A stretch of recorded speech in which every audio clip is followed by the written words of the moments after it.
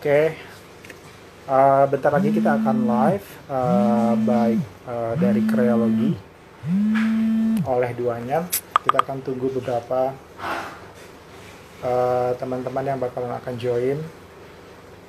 Thank you buat Richa, kemudian ada Mbak Hana, thank you.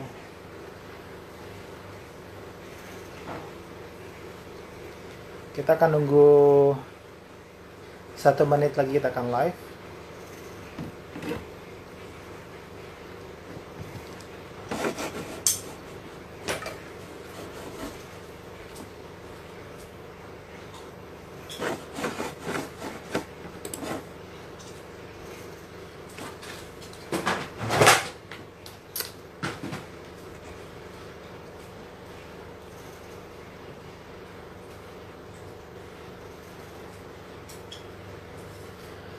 Oke, baik. Terima kasih untuk teman-teman yang sudah meluangkan waktunya malam ini untuk menyaksikan IG Live bersama Kreologi oleh Duanyam. Hari ini kita akan membahas tentang salah satu brand lokal yang bernama Nichols Natural. Jadi kita akan menceritakan tentang inovasi produk dari Nichols Natural akan seperti apa. Dan kali ini juga Nichols Natural udah siap ya dan sudah sehat juga. Bentar lagi kita akan invite. Oke, perkenalkan nama saya Juan Firmansyah. Saya di Duanyam sebagai Business Development Account Manager. Pada kali ini saya berkesempatan untuk memandu IG Live dari Kreologi yang berjudul Inovasi Produk dari Nichols Natural. Mungkin sebelum kita akan invite dari co-founder dari Nichols Natural, mungkin saya akan coba jelaskan apakah itu Duanyam dan juga Kreologi gitu. Jadi Duanyam merupakan social enterprise dengan pengalaman 5 tahun terakhir telah melalui banyak pengalaman bekerja dengan penganyam untuk membawa produk kerajinan untuk go global kayak gitu ya. Banyak UKM sebenarnya yang telah menghubungi Duanyam sendiri untuk menanyakan apakah kira-kira bisa berkolaborasi atau tidak gitu dengan Duanyam. Oleh karena itu dari Duanyam melihat sebenarnya potensinya cukup besar ya untuk kita berkolaborasi gitu. Oleh karena itu kita melihat sebenarnya ada potensi besar untuk menghubungkan antara UMKM dengan pasar gitu. Kita melihat sebenarnya salah satu isu paling besar itu adalah supply chain-nya. Nah, Kreologi ini salah satu yang diciptakan oleh Duanyam sebagai platform digital untuk supply chain yang mempercepat pertumbuhan UMKM nantinya. Di mana Kreologi ini sebuah ekosistem yang didasari oleh pengalaman Duanyam sendiri dalam menjalani bisnis kurang lebih 5 tahun di bisnis Kria ini. Nah, oleh karena itu, Kreologi sendiri hadir untuk menawarkan solusi yang menyeluruh, yaitu untuk komunitas sebagai wadah berjejaring dengan pelaku sesama UMKM, yang di dalamnya nanti ada pelatihan dan juga pengembangan tentang kemampuan dan keterampilan UMKM sendiri. Serta di sini juga ada aplikasi ramah pengguna yang tentunya untuk membantu gimana caranya secara operasional dan perencanaannya lebih strategis lagi. Oke, mungkin sekilas penjelasan untuk Kreologi oleh Duanyam. Hari ini kita akan coba invite dulu dari Nichols Natural yang sudah ready. Kita coba ke live.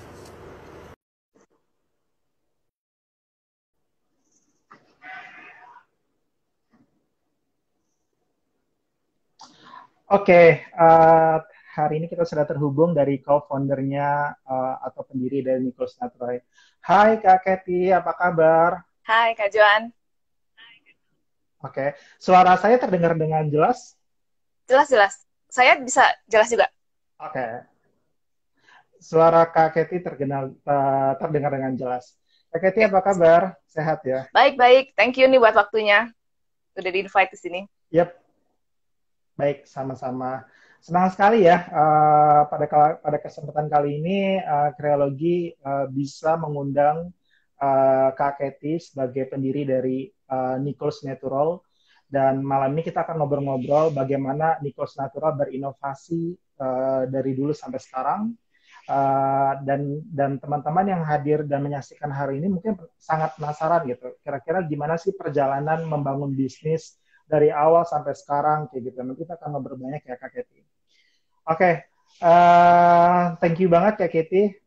Mungkin tadi saya sudah perkenalan diri. Mungkin dari Kak Keti bisa memperkenalkan diri untuk dari Kak Keti sendiri dan juga memperkenalkan untuk Nikos Natural itu apa. Silakan Kak. Malam semua teman-teman sekalian. Saya namanya Keti, tinggal di Bandung. Jadi bisnis Niko ini juga lahirnya di Bandung ya. Base-nya di Bandung. Oke. Saya langsung mulai di Bandung. Bandung ya. Saya langsung mulai aja kali ya. Maksudnya Nikos Natural itu awal mulanya berdiri di tahun 2012.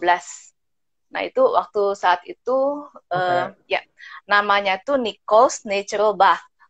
Jadi ada bath mandi itu belakang itu. Jadi fokusnya lebih ke body care kali ya. Iya, fokus awalnya itu ke produk-produk perawatan mandi, perawatan badan. Gitu. Seperti shower gel, body lotion, ada juga untuk mandi itu ada aromaterapi. Jadi selama waktu kalau mandi berendam di bathtub gitu kita bisa sambil nyalain lilin, jadi refreshing, menenangkan diri, bisa juga mencium aromaterapi dari essential oil. Nah itu, jadi awal mulanya itu produk-produknya seperti itu. Nah, ya, jadi kalau boleh saya tuh kasih lihat produk itu seperti ini kan. Awalnya di botol-botol gini ya, body lotion. Ini shower gel ya. Oh, I see. Ini seperti ini. Jadi sebenarnya produk awalnya masih kayak gitu ya? Ya. Pertama kali kita buka di PVJ waktu itu tahun 2012 sama 3 tahun pertama di PVJ. Jadi untuk branding awal, untuk perkenalan produk semua dilakukan di PVJ. Nah setelah itu 3 tahun berikutnya kita mau mengembangkan usaha. Kita pikir daripada kita buka toko lagi di mana untuk memulai merintis dari awal, kita pikir lebih cepat untuk kita langsung menyebar ke beberapa kota dan menitip jualkan produk kita di toko-toko yang memang udah jalan gitu. Consignment gitu ya? Ya, consignment ya. Kita titip jual di beberapa toko. Di Bali ada, Jakarta, Tangerang, Surabaya, di beberapa toko juga di Bandung. Banyak juga ya? Ya, puji Tuhan lumayan banyak peminatnya dan maksudnya responnya bagus terhadap produk Nikos. Jadi kita dengan mudahnya bisa masuk langsung seperti itu. Nah, sejalan dengan waktu kan saya juga gunain produknya kayak produknya dari Nikos juga Kak. Oh ya, waktu dulu itu? Itu yang ada di belakang. Iya. Ya, saya beli. Waktu di acara hotel, kalau nggak salah ada salah exhibition hotel gitu, hospitality ya, exhibition di PRJ. Iya. Produknya bagus-bagus. Thank you. Terus gimana Kak? Nah, sejalan dengan waktu itu banyak kendala yang kita hadapi ya, karena produk-produk seperti kan harus ada izin edar Badan POM-nya, juga menggunakan material yang kita jaga kualitasnya benar-benar, sehingga beberapa material itu kita impor langsung. Jadi maksudnya kita ngerti sendiri regulasi impor, peraturan impor itu kan ke satu mahal, dolar turun naik, regulasi peraturannya ketahan di custom atau macam-macam ganti-ganti aturannya, dan untuk mendaftarkan produknya harus semua ke Badan POM itu kan juga nggak mudah ya. Jadi ya itu harus direvisi, panjang, ya? Harus di renew tiap 3 tahun sekali kan. Jadi banyak kendalanya kita hadapi juga itu. Nah, terus jalan waktu juga kita lihat tuh selama di PVJ dan di toko-toko, kita juga banyak ikutan event-event pasar, pameran. Kalau kita menjual sabun itu disertai dengan displaynya kan, buat displaynya itu ada kayu, tatakan kayu, tray gitu. Atau kita jual potpourri buat pewangi ruangan, ada di atas di dalam mangkok kayu gitu. Nah, ternyata tuh kita perhatiin dari awal tuh customer beli sabun berikut dengan kayunya itu, displaynya. Dengan wadahnya tadi gitu ya. Beli lilin berikut dengan tray-nya, dengan bakinya, karena untuk mereka display juga di rumah supaya cantik kelihatannya gitu. Jadi mereka beli juga display kami yang dari kayu-kayu solid itu. Gitu. Berarti tray-nya ini sebenarnya tuh additional item ya? Iya, buat display, buat display. Tapi kebetulan emang kita semua desain sendiri dan memang kita udah ada tukang juga. Karena saat itu ya beberapa udah banyak juga ada beberapa order juga yang kita udah terima dari kafe atau restoran yang mereka bikin untuk serving tray-nya untuk itu, tapi nggak terlalu banyak sih. Jadi mereka waktu itu saat itu kayu-kayuan itu cuma booming di area kafe restoran buat mereka serving, buat mereka itu salad bowl gitu ya. Nah gitu. Nah terus jadi kita lihat seperti itu. Lalu akhirnya kita tahun 2017 tuh kita udah mulai terpikirkan buat menciptakan line baru nih di Nichols Natural ini. Kita mau coba produk selain baru yang solid wood. Jadi satu line produk baru. Karena ada opportunity tadi ya. Iya. Demand-nya ada gitu. Iya. Jadi kita mau coba hal itu ke arah sana. Jadi muncullah satu line baru yang isinya solid wood semua. Gitu. Oke. Nah terus menarik. Ya, jadi kita berinovasi menciptakan satu line baru yang namanya solid wood ini. Dan kita karena ini line tergolong baru, jadi kelihatan masih bayi. Oh, saat itu juga kita beralih, jadi kita menyebut diri kita tuh Nichols Natural, jadi tanpa bathnya. Karena kita nggak fokus lagi cuma di produk mandi, jadi mulai itu tuh kita menamakan diri kita tuh Nichols Natural. Oke. Ya. Tapi kayak produk shower gelnya, gel scrubnya kayak gitu-gitu masih dijual sampai sekarang, Kak? Kita udah mulai discontinue beberapa kebanyakan item udah kita discontinue, jadi tinggal ngabisin stok aja, nggak diproduksi lagi. Oke. Nah. Berarti untuk tableware bisa dikatakan ini produknya tableware lah ya, tableware set gini, itu barang-barangnya berarti sudah menjadi main produknya Nichols Natural dong? Iya. Makin kesini dia jadi malah main produknya. Menarik. Ya, cuma awal mulanya kan karena dia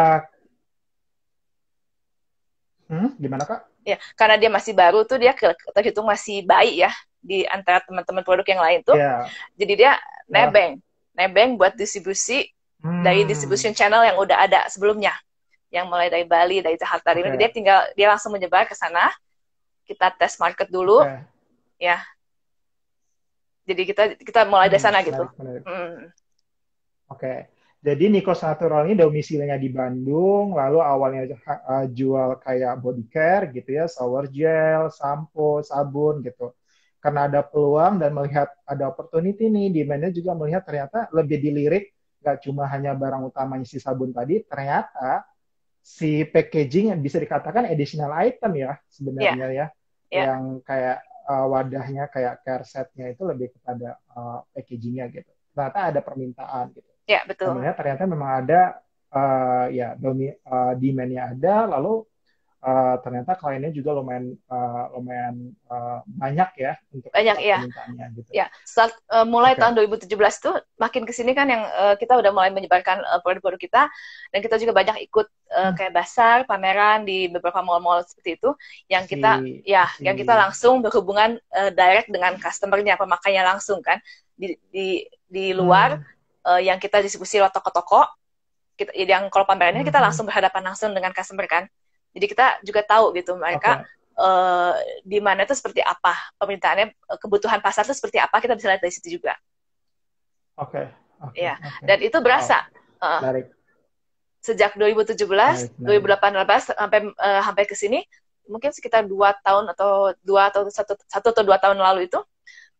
Makin booming ya perkaryaan itu, jadi nggak cuma konsumsinya di kafe atau hotel atau itu restoran aja, tapi makin sini jadi seperti lifestyle ya, jadi setuju seperti gaya hidup, karena kan juga konsep Nichols karena Natural orang juga betul, karena mungkin orang makin kesini kan orang melihat kayak pengen hidup gaya sehat, punya gaya hidup yang lebih sehat gitu, sehingga mereka butuh properti penunjang gitu. Biasanya mereka makan sesuatu yang sehat sehingga butuh mangkolnya yang ya sekarang kan segala sesuatu didokumentasikan serba digital ya, Kak. Jadi kan misalnya yang sesuatu yang estetik gitu loh, yang bisa difoto lalu diupload di Instagram. Ya, kalau saya lihat barang-barangnya dari Nichols Natural tuh menjawab kebutuhan itu gitu. Bagi sekarang juga orang-orang yang mau hidup gaya sehat, terlepas nggak dari yang tua, tapi juga yang anak-anak muda sekarang semuanya ya lifestyle untuk kayak healthy lifestyle itu udah menjadi sesuatu gaya hidup gitu ya. Dan menarik banget yang dibilang Kak Kety tadi.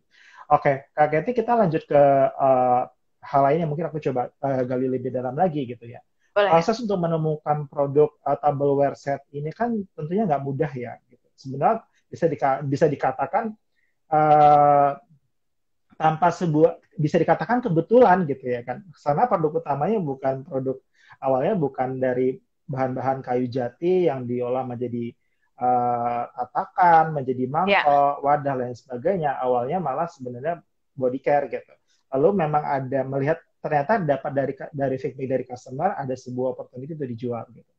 Nah, proses sebenarnya di dalam itu kan ada proses gitu ya Kak, sehingga memutuskan nggak mudah loh gitu. Menurut saya nggak semua orang bisa memutuskan mengganti existing produknya dengan produk baru gitu. Sampai sekarang kalau tadi Kak Kathy bilang udah mulai discontinue ya produknya gitu. Yeah. Nah, proses dari awalnya tadi body care lalu shifting menjadi sebuah produk yang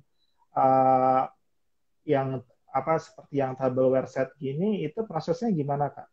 Kayak tantangannya itu di mana gitu? Kenapa proses untuk memutuskannya itu tentunya nggak mudah gitu? Awalnya tuh kita coba dulu mendesain sedikit item dulu. Nah, itu yang kita bilang tadi, dia nebeng ke distribution channel yang memang sudah ada dari produk-produk lainnya yang sebelumnya. Jadi kita sebar sejumlah quantity dulu ke beberapa cabang itu.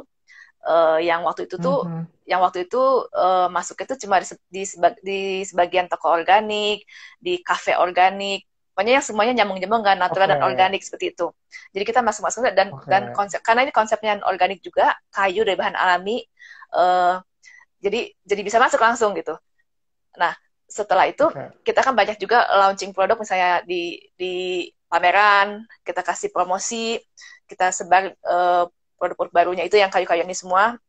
Dan itu dari sana kita dapat banyak feedback langsung dari pemakainya langsung yang bisa kita serap, kita terapkan di produksi.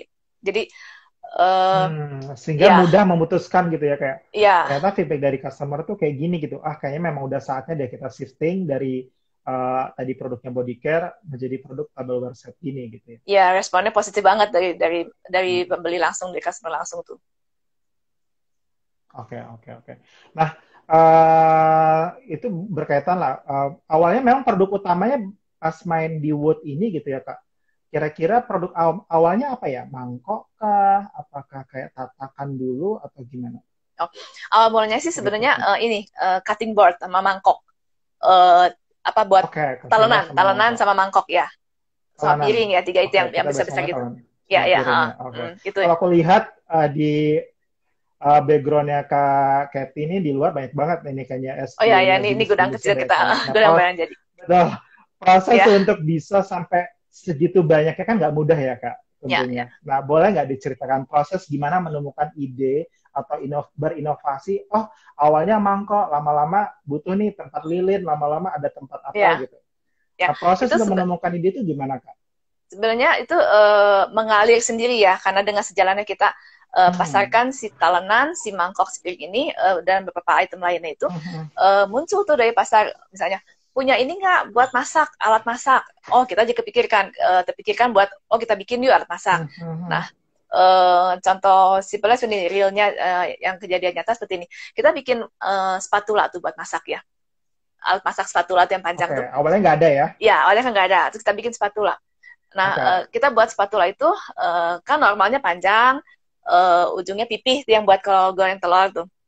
Buat balikin telur kan gampang tuh. Nah, nah begitu kita marketingin jual di lapangan tuh banyak feedback yang aduh ini kok panjang banget, saya lebih suka kalau ini pendek gitu. Atau enggak, ada juga yang feedback saya mau lebih panjang, ini kurang panjang. Ada juga yang bilang ujungnya depannya tuh kurang lebar, atau enggak bisa nggak ada agak cekung sedikit gitu, jadi supaya bisa sekalian ambil sayur kuahnya gitu. Jadi banyak sekali feedback dari customer. Jadi kita tampung semua, terus kita diskusikan, kita meetingkan dengan tim R&D-nya, kemudian kita bikin sampel yang kita modifikasi dari barang yang udah ada. Nah, dari sampel itu kita testing, kita trial, jadilah produk baru. Singkatnya seperti itu, tapi memang itu dalam tahap itunya banyak bolak-balik ya, kurang ini, balik produksi lagi, buat lagi, balik lagi, kita tes lagi, balik lagi. Nah, itu ada beberapa kali bolak-balik itu prosesnya sih. Berarti sebenarnya ya tadi ya, tanggapan customer feedback menjadi salah satu poin penting proses menemukan inovasi ya. Gitu. Kita nggak bisa berinovasi kalau nggak ada pasar sendiri yang melihat kayak produknya itu kurangnya di sini, kelebihannya di sini kayak gitu. Nah, Uh, nah, menariknya nih Kak, gitu. Kalau tadi tadi Kak itu sempat mention gitu ya, untuk pemenuhan untuk demand-nya sendiri kan sebenarnya terus meningkat ya. Kalau aku melihat tadi Kak itu bilang juga ya tentunya dari yang sebelumnya bodycare sekarang mau discontinue di bodycare, berarti kan sebenarnya proses untuk penjualannya lumayan nih gitu. Nah, boleh diceritakan nggak gimana caranya dari Nikos Natural itu untuk memenuhi permintaan dari klien atau dari customer? Tentunya kan kalau saya melihat dari profilnya gitu ya, uh, profilnya Nikos Natural juga pernah provide untuk kafe, kemudian Ya, restoran gitu. ya. Nah, untuk memenuhi jumlah besar gitu atau kayak klien yang beli mungkin 50, 100 gitu. Nah, dalam pemenuhan ordernya selama ini gimana Kak? Gitu. Tantangannya apa gitu dan hal apa yang akhirnya bisa diimprove dari situ gitu. Hmm. Dan bisa dipelajari. Ya. Itu juga seperti yang tadi mengalir ya, jadi bertahap, step-step, nggak langsung sejumlah besar, tapi kita mulai dari kecil dulu, makin lama makin meningkat. Kita juga lihat dari sejalannya waktu, misalnya seperti sebenarnya itu ada hitungan kalau di ilmu ekonominya gitu, ada ya buat perhitungan stok gitu. Jadi misalnya untuk memenuhi satu toko retail itu butuh sekian kali, misalnya produk di display ada 100 item, nah kita harus punya stok itu sampai 300-400 kalinya, 2 atau 3 kalinya. Karena untuk memenuhi perputarannya. Jadi itu sebenarnya ada hitungannya. Ya, cuma kita juga fleksibel. Kita nggak terpaku pada teori itu. Kita fleksibel lihat di lapangan.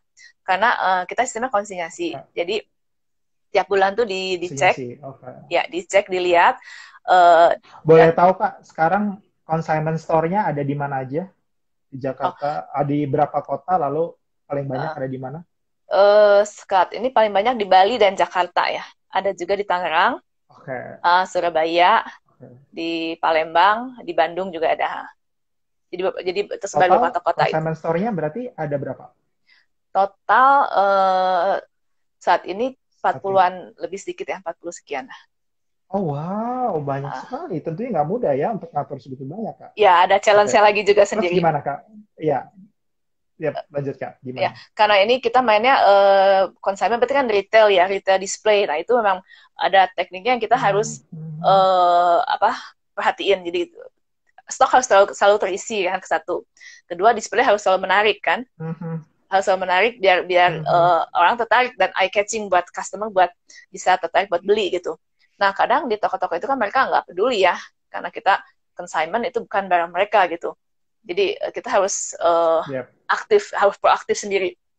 Harus aktif, keliling ke tiap outlet itu, tiap sebulan sekali untuk cek stok, untuk refill stok. Kalau yang perputarannya cepat sekali, trafficnya tinggi, mungkin seminggu sekali, harus dikontrol juga stoknya, beres displaynya, discuss dengan pihak outlet, mungkin ada request dari customer atau ada komen dari customer apa gitu. Jadi harus kita yang aktif gitu. Oke. Jadi kalau tadi aku 40 consignment store tentunya nggak mudah untuk manage. Salah satu tantangannya untuk kalau aku bisa simpulkan visual merchandising ya, VM-nya gitu. Mengatur tata letak barang, lalu mengatur supply barang masuk barang keluar gitu. Kalau dalam satu bulan gitu berarti bisa berapa kali untuk stok barang Kak di masing-masing store gitu? Rata-rata 1 bulan sekali kalau yang luar kota jauh ya. Tapi nggak menutup kemungkinan kalau misalnya mereka pun lagi ada promo atau lagi ada event di tokonya atau di mallnya lagi ada sesuatu mereka lagi promosiin, itu bisa cepet 2 minggu sekali atau mungkin per minggu malah. Kalau yang di Bandung ada tiap minggu kita refill stok ke beberapa toko juga. Masih yep, menarik. Oke. Ternyata salah satu challenge juga tadi stok ya gitu. Tentunya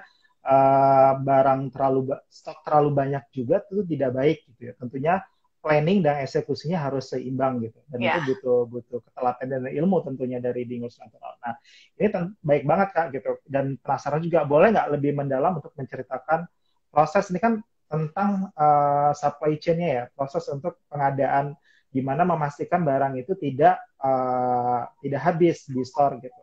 Nah, prosesnya untuk dari Nikos Natural sendiri gitu untuk mengontrol stok tentunya kan nggak mudah gitu. Sekarang punya tim berapa, lalu kayak produk mana, apakah dipilih top 10 produk kayak gitu. Lalu koordinasi dengan teman produk dengan tim productionnya bagaimana. Tentunya yang pengrajin yang membuatnya kan harus make sure nih harus barang mana nih, karena di lapangan barang yang paling banyak itu barang ini gitu. Nah, proses untuk kayak menghubungkan antar divisi, antar tim tentunya nggak mudah gitu. Sehingga sampai barang itu tiba di consignment store gitu. Nah, boleh diceritakan nggak Kak?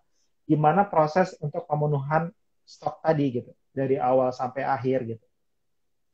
Sebenarnya itu udah rutin jalan Mungkin sih ya. dari mulai ya dari bahan baku mungkin Kak bisa ceritakan proses dari bahan bakunya gimana, lalu mungkin stafnya keliling atau seperti apa? Ya, kalau bahan baku ada di gudang bahan baku sendiri, jadi mereka juga maintain gudang bahan baku sendiri ya. Mereka tanggung jawab untuk selalu siap sedia bahan bakunya, gitu. Berdasarkan konsumsi bulanan, mereka udah ada hitungannya juga kan, jadi mereka harus siap-siap selalu sedia berapa gitu. Nah, di gudang bahan jadi juga seperti itu. Jadi stok harus seperti ini kan gudang kecil barang jadi ya. Ini tuh harus ada stok minimumnya, level minimumnya. Jadi untuk item ini minimal udah segini kita harus udah order lagi ke produksi untuk bikin lagi yang baru buat restock lagi. Minimal harus ada stok misalnya 50 pieces atau 100 pieces gitu per item jenis ini gitu.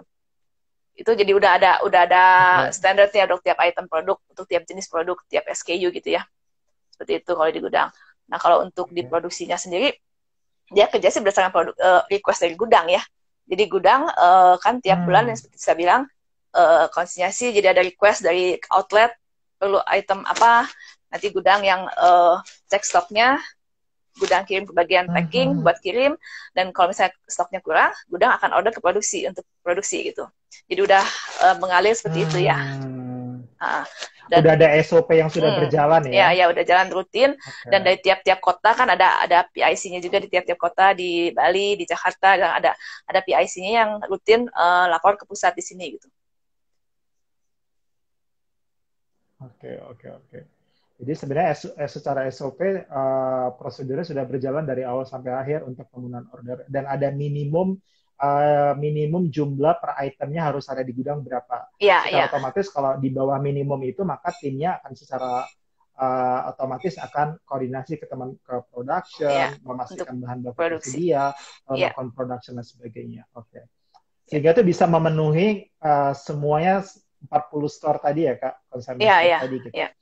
Nah, mungkin sedikit coba menyinggung untuk bisa mendapatkan 40 consignment store tentunya nggak mudah dong. Kayak tentunya si store-nya ini memilih gitu, dari mereka menjual barang-barangnya kan kerjasama dengan orang yang kayak terpercaya tentunya, produknya tentunya bagus, punya behind story kenapa barangnya ada gitu. Nah, Nikos Natural bisa sampai benar-benar kerjasama dengan consignment store sebanyak 40 itu gimana Kak? Kenapa sejauh prosesnya itu bagaimana gitu? Itu dari awal juga ya, seperti tadi kan saya bilang untuk yang kayu-kayu ini dia seperti bayi yang baru mulai terakhir di line produk Nikos itu dibandingkan dengan natural bath produk mandi yang sebelumnya itu udah dari awal ada ya. Nah, saya pikir sih mungkin ini saya nggak terlalu banyak melakukan marketing apapun juga, karena waktu tahun 2012 itu mungkin produk natural, produk perawatan tubuh yang natural ya? Itu ya belum banyak dan ya kita bikin tuh benar-benar spesial, bahan bakunya berkualitas dan hasil produknya juga premium produk, jadi mudah banget gitu masuk ke pasar, dan juga jadinya cepet ya menyebarnya. Dan setelah kita discontinue yang ini pun channelnya udah ada distribusinya, jadi si kayu-kayu ini tinggal langsung mengikut ke sana gitu. Jadi sebenarnya skala marketnya udah terbentuk. Iya. Dan untuk banyak juga sih klien baru yang belakangan ini juga mereka juga lihat mungkin beda ininya kali ya, desainnya, kualitasnya, karena memang kita juga mementingkan kualitas banget ya dalam produksi. Itu toh.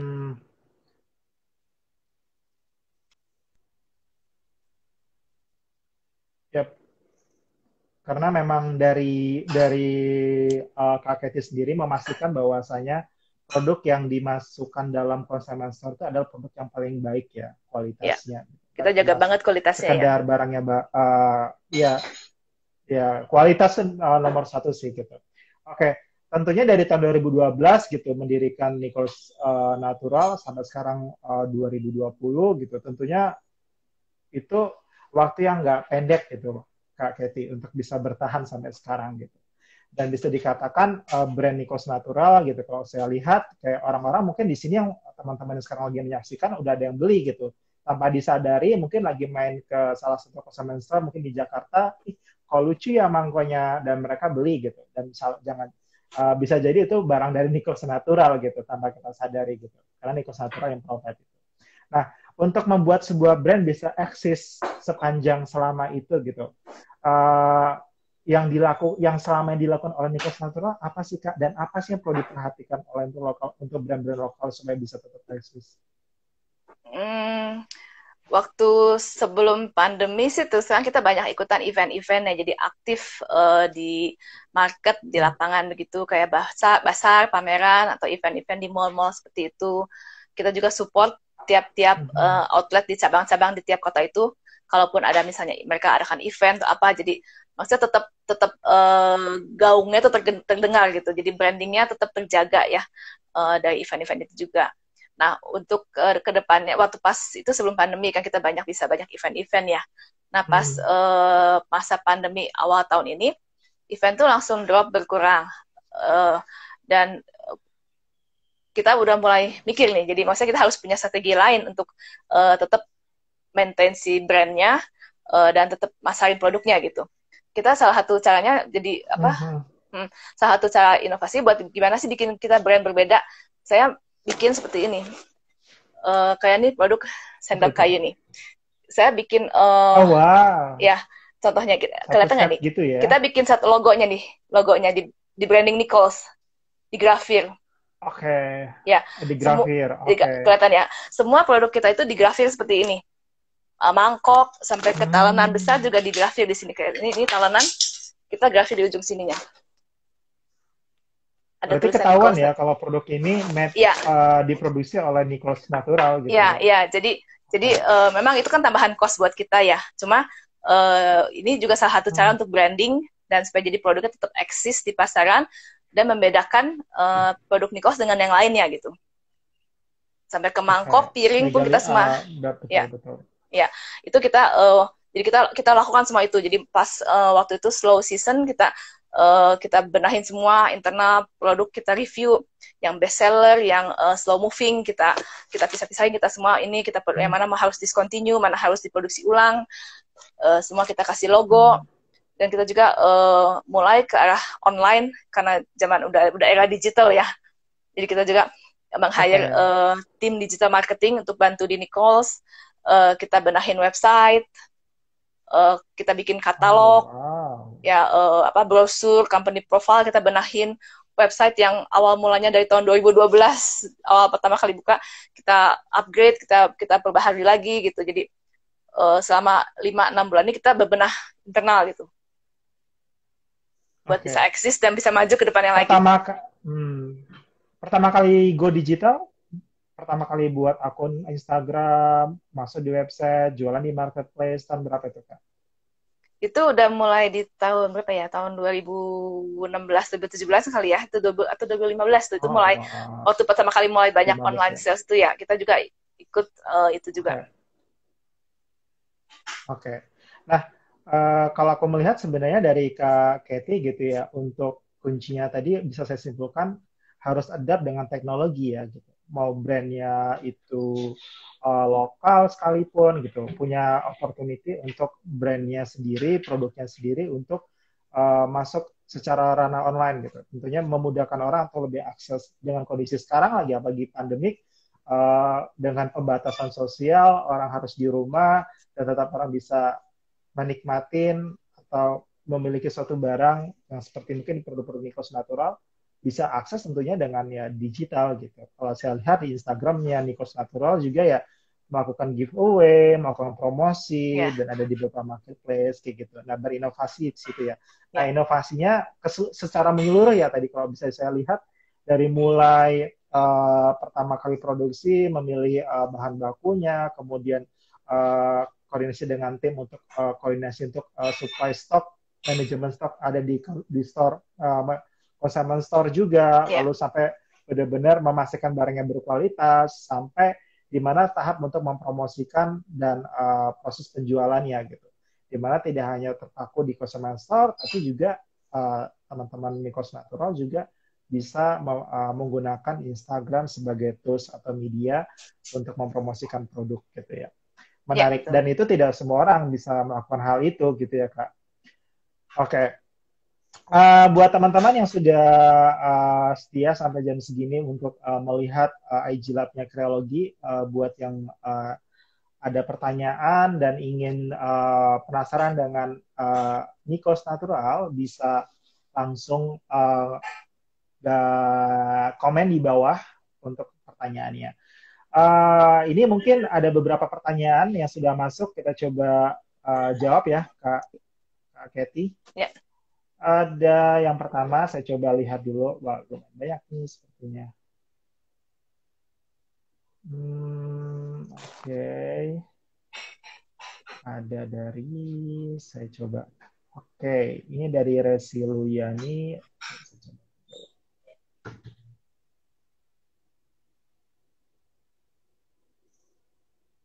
Oke, ada yang mau nanya, Kak, saya mau tanya dong, apa yang membedakan Nikos Natural dengan produk yang lainnya? Gitu. Ya, mungkin beberapa orang juga melihat barang yang sama gitu. Yang membedakan apa? Selain tadi ada logo grafirnya, kelebihan produknya Nikos Natural sendiri apa?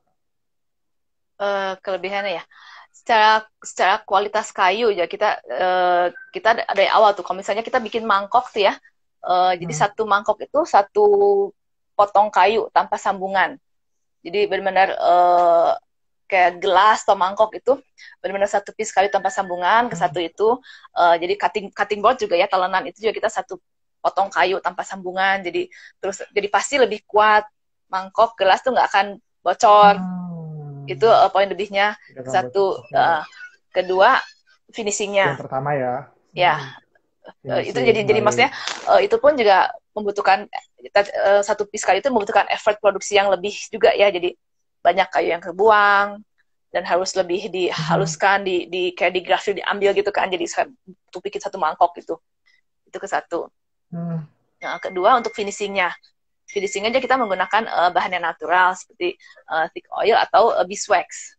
Jadi nggak ada nggak ada coating tambahan atau jadi food grade ya, Kak ya? Ya, food grade. Jadi nggak ada coating tambahan atau varnish atau filter gitu yang bahan kimia gitu, nggak ada. Seperti itu. Got it. Jadi kayak gitu. Dan ketiga, buat Resi Luyani. Yep. Dan ketiga juga desainnya. Kita bisa bilang bahwa nggak sama ya dengan desain yang kebanyakan gitu, kayak seperti tadi saya bilang untuk spatula masak ada model biasa, nah kita develop lagi produk baru yang memang beda daripada yang lainnya juga gitu. Oke. Keren. Itu ya, jadi bedanya tadi proses dari produksinya juga benar gitu, tidak tanpa ada sambungan sehingga lebih awet. Yang kedua tadi proses di mana finishing ya, atau kayak furnace-nya menggunakan yang food grade ramah lingkungan. Jadi ketika digunakan sebagai wadah makanan, jangan khawatir tetap bisa kayak gitu. Oke. Berikutnya tuh ada dari Kak Mona. Ya, Kak, untuk memenuhi bahan baku produksi Nikos Natural sendiri itu kerjasama dengan supplier kayu kah, atau melakukan pembinaan kah, atau ada komunitas, atau seperti apa? Mungkin maksudnya kayak gitu. Gimana, Kak Katy? Kita ada supplier kayu sih. Udah ada langganan supplier kayu yang memang kita terjamin aman. Jadi certified, supplier kita udah certified. Jadi kita aja nggak sembarang ambil dari yang takutnya kan kayu ilegal ya, kayu dari penebangan hutan apa gitu, kita nggak begitu gitu. Jadi semua sumber sudah aman, kita jamin. Memang udah langganan, ada langganan suppliernya. Oke. Jadi certified ya. Jadi sebenarnya tidak perlu ragu gitu. Kadang pun orang-orang yang mungkin yang ada istilah social justice warrior itu kayak SJW yang selalu komentar kalau kita pakai sedotan, pakai sesuatu yang tidak ramah lingkungan. Ya mungkin ada beberapa itu kan dari kayu bakalan nebang, tapi kan ada proses di mana ya tadi supplier yang mensuplai kayunya sudah certified, sudah ada izinnya, dan tidak sudah ada izin berlebihan. Ya, Untuk supply seperti itu, mereka memang menanam itu pohon yang untuk dikembangkan di Pedebang untuk dikembangkan seperti itu gitu. Jadi beda dengan pohon yang beda dengan hutan yang dilindungi atau pohon yang dilindungi untuk penghijauan. Jadi sumber mereka juga beda gitu. Makanya mereka bisa dapat sertifikat itu, certified supplier itu, karena mereka juga nggak sembarangan menebang hutan yang jadi illegal logging itu gitu. Mereka tuh seperti itu. Jadi ketika mereka sudah tebang, mereka juga proses tanam juga ya? Ya, harusnya seperti itu. Oke. Wow, menarik sekali gitu. Jadi yang bertanya-tanya, ini proses bahan bakunya itu benar nggak sih proses pengambilannya? Jawaban dari foundernya benar. Jadi diambil dengan cara yang baik ketika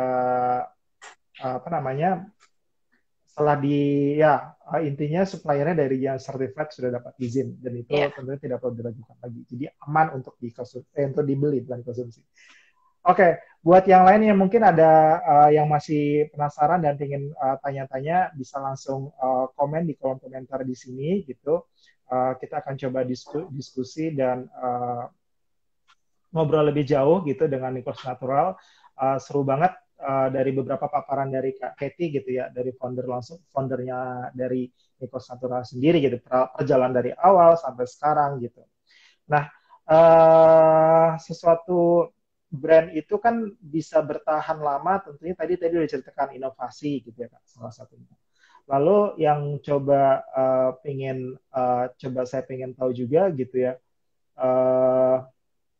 berinovasi tentunya kan dibutuhkan yang namanya SDM gitu ya, SDM yang berkualitas untuk bisa berinovasi gitu. Nah kalau dari Kak Katie sendiri sekarang di dalam Natural Nikos ini sendiri timnya berapa banyak gitu dan pembagiannya seperti apa, apakah ada yang mengerjakan di bagian apa, lalu kondisinya bagaimana gitu, dinamika di dalamnya seperti apa, mungkin bisa di-sharing Kak sehingga sampai sekarang nih Nikos Natural bisa berkembang dan bertumbuh. Seperti tadi saya bilang ya, ada tim yang in charge di tiap-tiap kotanya itu, mereka PIC masing-masing kota untuk handle outlet yang di masing-masing kota tersebut ya, kayak di Bali ada, di Jakarta ada, di Tangerang dan Bandung juga ada yang di lapangannya, tim yang kontrol ke lapangan. Ada juga tim yang di gudang. Di gudang tuh dibagi juga lagi, ada yang bagian adminnya, ada yang packing, ada yang distribusi, yang ke kurirnya kirim juga ada bagian produksi juga ada yang R&D-nya yang hitung cost yang gitu-gitu, yang buat itu baru ada yang seperti itu, ada bagian yang tukangnya yang benar-benar yang ahlinya jadi yang dia menggambar kerja detail gitunya, ada helpernya dari awal, helper yang bantu yang karena kan kebanyakan pakai manpower ya buat apa sih, ngamplas. Memang sebagian ada mesin tapi sebagian besar kan pakai tenaga manusia gitu. Ada juga admin di finance, keuangan juga ada gitu. Seperti itulah ya, seperti normalnya perusahaan gitulah biasa. Cuma untuk digital marketing itu ya untuk digital marketing karena tujuan kita juga mau lebih profesional, mau lebih benar karena zamannya udah era digital ya. Jadi kita outsource keluar untuk ada tim yang untuk handle digital marketing e-commerce. Jadi itu pun juga saya sarankan untuk teman-teman yang memang mau cepat maju gitu kan di era digital ini, daripada kita maksudnya berkutat dengan udah pusing dengan produksi dengan yang lain, kita berkutat dengan juga digital marketing yang kita masih baru dan cepat sekali ya perkembangan Instagram, perkembangan Facebook, featuresnya udah macam-macam sekali kan, cara beriklan, cara apa gitu. Kita mending kasih ke yang ahlinya deh gitu, ke ahlinya yang biar secepat di jalannya gitu jadinya. Betul. Oke. Jadi sebenarnya secara timnya juga sudah bertumbuh dan udah saling berkoordinasi ya sehingga sampai bisa berinovasi sampai sekarang. Lalu ini ada pertanyaan yang lain nih Kak dari Hansana Bilani. Dia bilang berarti hubungan dengan customer dari Nikos Natural sendiri itu memang kuat ya. Jawabannya pasti iya ya Kak. Lalu apakah dari Nikos Natural menggunakan CRM sejenis mungkin kayak aplikasi gitu maksudnya Kak? CRM itu Customer Relation Management yang untuk mengatur customer yang ada gitu. Nah, kalau dari Nikos Natural sendiri gimana Kak? Saya sih manfaatkan juga yang ada tim yang in charge itu. Jadi kan mereka PIC-nya, mereka juga ada yang jalan ke lapangannya itu, dan ada, jadi yang person PIC itu, yang person in charge di tiap kota itu, mereka yang, karena mereka yang hubungan langsung dengan outlet-outlet itu. Jadi saya sih expect dari mereka ya, mereka selalu kasih laporan, dan mereka harus yang memaintain hubungan dengan dalam hal ini kan toko sebagai customer saya ya, karena mereka, saya kirim barang ke toko kan, jadi toko yang jualkan retail lagi, saya nggak berhubungan dengan direct customer kalau dalam hal itu ya. Jadi saya si PIC yang inside di tiap kota itu, mereka yang mungkin acting sebagai itu ya, CRM itu, jadi yang mereka yang hubungan langsung dengan klien di lapangan. Itu yang mereka yang harus benar-benar seperti entertain klien ya, jadi mereka tahu masalahnya, tahu kebutuhannya, mungkin ada apa-apa gitu, jadi hubungan ke mereka semua. Ditambah dengan mungkin yang direct. Lebih, ya. Direct. Kalau yang direct bahkan beli online ya, itu online kita bisa ada interaksi via online, berarti ya chatting, atau mungkin dari Instagram, DM gitu ya, atau dari Facebook, website itu dari WA itu bisa komunikasi by online kalau itu. Oke. Berarti untuk manajemen customer sendiri semua didirect langsung dari platformnya melalui Instagram, kemudian face to face ketemu dengan customer, lalu mendengarkan kayak feedback dari customer langsung gitu. Jadi dari Nichols Natural belum spesifik menggunakan aplikasi yang bisa mengcompile gitu ya. Mungkin suatu saat akan ke arah sana gitu ya, kayak. Ya, saat ini kita pakai program untuk memaintain stok, karena kan mengingat sekian banyaknya stok dan kita harus supply ke banyak toko seperti itu, kita pakai aplikasi yang untuk manage stok kita sih. Oke, ya, untuk manajemen stok ya, ini penting.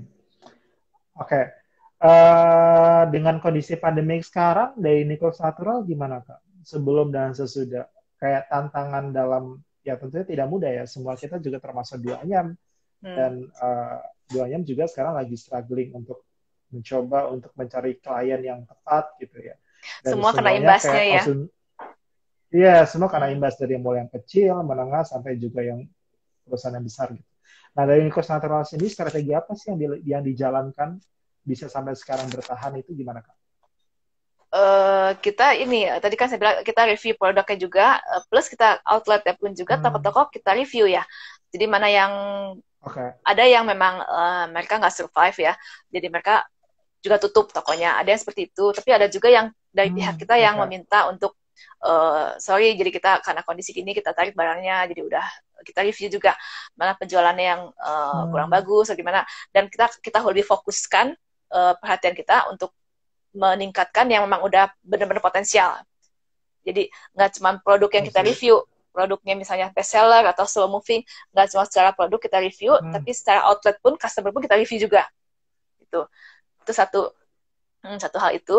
Dan berikutnya kita, yang tadi saya bilang, kita bebenah, istilahnya benahin internal kita ya, dari semua kayak tadi di branding, kasih logo, terus kita juga masuk ke arah digital marketing itu, benahin web, bikin katalog, malah sampai ke untuk Christmas pun kita udah siap buat katalog itemnya itu ya, buat item-item buat hampers, gift set buat Christmas itu udah udah kita siapin juga. Dan karena mungkin banyak outlet yang tutup, kita total waktu itu dari 50 sekian, selama pandemi kita bertahap tutup, dan mungkin udah ada beberapa yang kita tarik barang itu, tapi sekarang totalnya setelah itu sekitar 40 sekian. Jadi kita tutup hampir 15 outlet ya, kita kurangin saat pandemi itu. Ada 15 outlet saat itu. Ya, jadi kita running dengan yang lebih kecil, tapi benar-benar solid, benar profitable. Dan karena pasar lokal kan berkurang nih seperti ini, kita mulai melirik ke pasar ekspor. Tuh. Betul. Mulai tahun lalu, 2 tahun lalu kali ya, mungkin banyak yang udah mulai melirik ke Nichols dari luar. Dan tahun lalu kita udah banyak shipment, tapi individual shipment ya. Jadi kayak kita pembeli dari luar negeri, mereka yang beli, mungkin mereka hand carry bawa barangnya sendiri dari Indonesia keluar, tapi kuantiti cukup banyak ya. Ada yang seperti itu. Ada juga yang mungkin cuma kuantiti sedikit, dikirim by air, lewat udara, kurir begitu. Jadi udah banyak shipment seperti itu. Kita makin kesini kita manfaatkan waktu persiapan untuk ekspor yang lebih besarnya gitu. Karena kan juga sorry. Karena kan juga saat ini kan pemerintah juga sedang menggalakkan ekspor ya di masa pandemi ini. Ya, jadi benar-benar digalakkan dari tiap semua negara tuh. Konjen-konjen di semua negara tuh lagi membuka peluang buat para UKM yang memang bisa dan minat ke arah sana gitu. Itu untuk ekspor ya. Ya, jadi dalam masa pandemi ini kita udah banyak menerima inquiry dari kemarin dari Jerman, dari Prancis. Ini ya dari Singapura juga baru masuk hari ini ada inquiry permintaan dari Singapura. Kemarin kita udah sempat shipment sampel kirim ke New Zealand, ke UK juga. Mereka udah komunikasi dengan UK, kirim quotation gitu. Jadi kita mulai ke arah sana gitu. Jadi strateginya mungkin itu ya, di masa pandemi kita memang ya pentingnya digital marketing, kita benahin internal kita, terus siap-siap buat cari peluang lagi karena pasar lokal kan terbatas, berkurang, ya kita coba ke ekspor lah gitu. Betul. Lagi ya di kondisi pandemik ini momen di mana pembenahan internal ya, memaksimalkan internalnya, terus mereview standar operational prosedur gitu, apa yang diperbaiki di internal diperbaiki dulu gitu. Ketika pandemik berakhir, momennya kita langsung udah bisa siap untuk jualan lebih 2 kali lipat lagi, mungkin gitu ya Kak? Iya. Menarik. Sama sih, harusnya semua UMKM melakukan hal itu, termasuk jualan juga gitu. Kita juga melakukan hal yang sama gitu.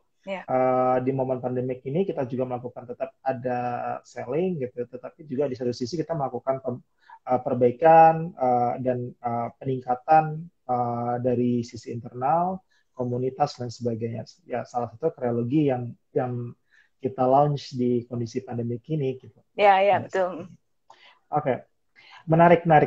Oke, mungkin kalau boleh diceritakan untuk proyek kedepannya nih Kak, mungkin tahun 2021 gitu, kira-kira gimana Kak? Proyek 2021 ya? Ya, apakah ada bayangan bakalan mengembangkan produk bukan menggunakan kayu jati lagi mungkin, siapa tahu menggunakan bambu atau menggunakan material apa gitu? Apakah ada ke arah-arah yang kayak lebih material-material ramah lingkungan atau seperti apa? Ya, terus terang